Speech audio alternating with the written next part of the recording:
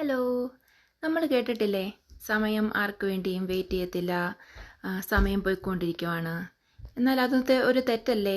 കാരണം സമയം എപ്പോഴും ഉണ്ട്. ഈ ലോകം അവസാനിക്കുന്നോടം വരെ സമയമുണ്ട്. പക്ഷേ നമ്മളാണ് ഈ ലോകത്തിൽ ലോകാവസാനം വരെ ഇല്ലാത്തത്, അല്ലേ?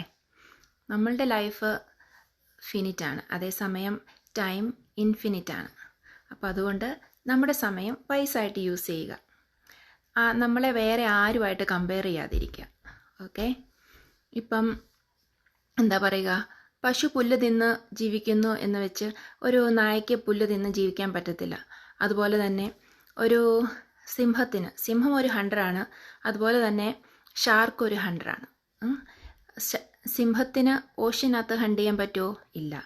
ഷാർക്കിന് കാട്ടിൽ വന്ന് ഹണ്ട് ചെയ്യാൻ പറ്റുമോ? ഇല്ല. അതുകൊണ്ട് അവർ രണ്ടുപേർക്കും അവർ യൂസ്ലെസ് ആണെന്ന് പറയാൻ പറ്റുമോ? അതുമില്ല. അതുകൊണ്ട് നമ്മൾ ആരെയും കമ്പയർ ചെയ്യാതിരിക്കുക, നമ്മുടെ ലൈഫ് നന്നായിട്ട് വിനിയോഗിക്കുക. അതുകൊണ്ടാണ് എല്ലാവരും പറയുന്നത്, നമ്മുടെ സമയം വിലപ്പെട്ടതാണ്. പക്ഷേ സമയം എന്നത് എപ്പോഴും ഉണ്ട്, എപ്പോഴും ഈ ലോകാവസാനം വരെ നിലനിൽക്കുന്നതാണ്. ഇന്ന് ഒരു എഴുത്തിൽ കണ്ടതാണ് കേട്ടോ.